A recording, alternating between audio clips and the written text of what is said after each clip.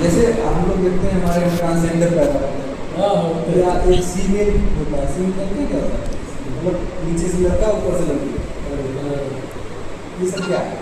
Hormonal disbalance है। क्या सब वीडियो रिकॉर्ड कर रहे हैं क्या? तो जो भी हार्मोनल डिसबैलेंस है, इन हार्मोनल डिसबैलेंस को आप कैसे लें? क्या उसके साथ वो उसी प्रताड़ना के साथ जीवन भर जीता रहे? नहीं, यदि उसको उसकी इच्छा से यदि सुधारना संभव हो, या तो मेल हो जाए या फीमेल हो जाए, तो मेल स्टेट में लाने के लिए आप कर सकते हैं। वही तो कर रहे हैं। ट्रांसजेंडर कोई नहीं बन रहा है, ट्रांसजेंडर तो कोई नहीं। जैसे या तो हाँ, हमारे सोसाइटी में कोई महत्व या तो मेल हो या फीमेल हो, बहुसंख्यक हैं, और उन्हीं को समाज में जो सो क्या कहते प्रतिष्ठा मिलता है। जैसे आप रही कि यहाँ ट्रांसजेंडर पैदा हो जाए तो वहाँ उन सबों का एक समूह है, उन सबों को जैसे ही जानकारी होगी तो सब आते हैं, सब आपके बच्चे को लेकर चले जाएंगे, वो अपनी सोसाइटी हो जाती है। और हमारे जहाँ तक धर्मशास्त्र, वो ऐसी सोसाइटी क्यों है? क्योंकि हमने उसको अपने परिवार में जगह नहीं दिया।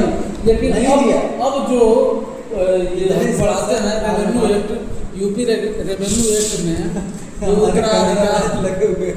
उत्तराधिकार का जो विधि है, उसमें जो पहले स्थान पे थर्ड जेंडर को थर्ड जेंडर को अलाउ कर दिया है कि और पुत्र, अविवाहित पुत्री और थर्ड जेंडर संतान और पत्नी पहले स्थान पर रखा गया है। यदि पुरुष है और आपको विद्युत होती है तो आपको उत्तराधिकारी थर्ड जेंडर भी समाहित कर दिया है जगह जगह, और उसमें पति पत्नी के रूप में भी थर्ड जेंडर को मान्यता ऐसा कहा जाता है। सर, जब थर्ड जेंडर बनता है तो उसको लोग घसीटते हुए ले जाते हैं।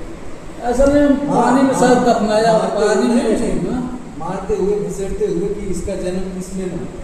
लेकिन क्योंकि अभी जेंडर भी अपनी लाइफ एंजॉय कर सकता था यदि हमने उसकी राइट उसको दिए होते। हमने उसकी राइट नहीं थे हमारी सोसाइटी में। हमारे हमने क्या कहानी बना दी? हमने कहानी क्या बना दी कि अरे भगवान के ऊपर इतना विशेष, इसीलिए भाई हमारे यहाँ भी, लेकिन हमने उनको पूरे परिवार में जगह नहीं। मेरा भाई सगा है या मेरी बहन सगी है, हमने उसको जगह नहीं दी। इसीलिए तो उसको एक सम्मानजनक स्थिति में लाने के लिए कहा गया कि वो ईश्वर से ये छलावा है, ये सम्मान नहीं है। भले ही है जो भी है। छलावा कैसे है? छलावा ऐसे है कि हमने उसको अपने घर में न रखते। जैसे जैसे जिस लड़की को हमको छोड़ना होता है, लड़की छोड़ते हैं या लड़की क्या कहते हैं, उनको हमसे बेटर मिल जाए, क्योंकि वो एक संतुष्टि आपको दिलाने की कोशिश कर रहा है। एक्चुअली में वो आपसे शादी नहीं करना चाहता। ऐसा है, वो सब भी उसमें संतुष्ट, क्योंकि अभी हमारे यहाँ जो बच्चा हुआ है तो गाने के लिए वो सब आए थे सब आशीर्वाद।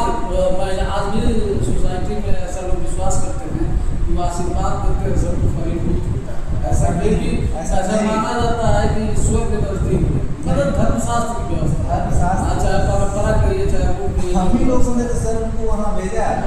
थर्ड जेंडर हम ही लोगों ने उनको बना दिया। बिल्कुल, तो वही मतलब हम व्यवस्था की बात करें, आज हम उसमें चिंतन करके आज हम लोग राइट्स दे रहे हैं, राइट्स को, तो वो लोग वहाँ नहीं जाना चाहते, पसंद नहीं करते, वो नौकरी पसंद करेगा। वो आज देखिए नेता कई जो चुनाव गोरखपुर का अभी नगर निगम है, तो जो मेयर का चुनाव हुआ था, तो एक समय था कि वहाँ कोई भी आदमी सर थर्ड जेंडर अध्यक्ष हुई थी। अध्यक्ष हुआ था अमरनाथ नाम था उसका, अमरनाथ दोनों, मतलब हिंदी में भी नाम पुरुष का भी नाम था और उसके बाद उसमें क्लास महिला का नाम था। जैसे कोई भी पुरुष है, आप सोचिए जैसे हम पैदा हुए, क्या हमको ये बाई चॉइस पसंद होगा कि हम गाना गा के भीख मांगे? बाई चॉइस नहीं पसंद, मजबूरी में होगा।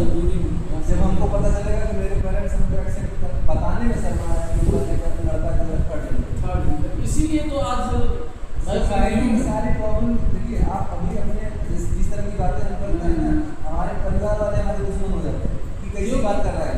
जानते हैं क्यों भाई? सोसाइटी आज भी परंपराओं और रूढ़ियों से शासित है। परंपराओं को और रूढ़ियों और परंपराओं को धीरे धीरे जैसे जैसे आप शिक्षा का स्तर बढ़ेगा, तो आदमी की समझ बढ़ेगी, और समझ बढ़ेगी तो परंपराओं से हट करके अपनी बुद्धि जैसे कि मान लीजिए आज गवर्नमेंट फैसला लिया कि उत्तराधिकार उनका भी होना चाहिए, तो धीरे धीरे कहीं न कहीं मानसिकता पर असर पड़ेगा। तो सुप्रीम कोर्ट ने अलाउ किया, विधायिका ने उसको एक्सेप्ट किया, उत्तराधिकार ने उसको माना जा रहा है संविधान जैसे थर्ड जेंडर के मैरिज के राइट्स को हमने भी एक्सेप्ट नहीं किया। हाँ, राइट टू लिव टुगेदर हमने एक्सेप्ट कर लिया, होमोसेक्सुअलिटी को एक्सेप्ट कर लिया, लेकिन राइट ऑफ मैरिज हमने अभी एक्सेप्ट नहीं किया। सुप्रीम कोर्ट में थी नहीं, सुप्रीम कोर्ट ने डिनाई कर दिया, अभी हम आपकी मैरिज को रिकॉग्नाइज नहीं कर सकते। क्यों? क्योंकि अगर मैरिज को रिकॉग्नाइज कर देंगे तो चूंकि नेचुरली इससे बच्चा का पैदा किया नहीं जा सकता, उसमें तमाम परिस्थितियाँ, जैसे आपको सक्सेशन में प्रॉब्लम आएगा, सक्सेशन में प्रॉब्लम आएगा, फिर उसके बाद आपकी मैरिज रिलेटेड जो सारे राइट्स हैं, डिवोर्स होगा तो क्या होगा, सारे प्रॉब्लम। आपका एक ही जो पर्पज बताया जाता है शादी में, उसमें एक पर्पज ये भी होता है कि भाई संतुष्टि के साथ साथ पुत्र प्राप्ति भी होता है, जिसको आप उसको आप एज ए ग्राउंड कंसीडर कर सकते हैं डिवोर्स में। लेकिन एक समय आएगा, देखिएगा, हम उसको भी रिकॉग्नाइज करेंगे। हो सकता है हम लोग ना रहें, जिंदा ना रहें, करेंगे।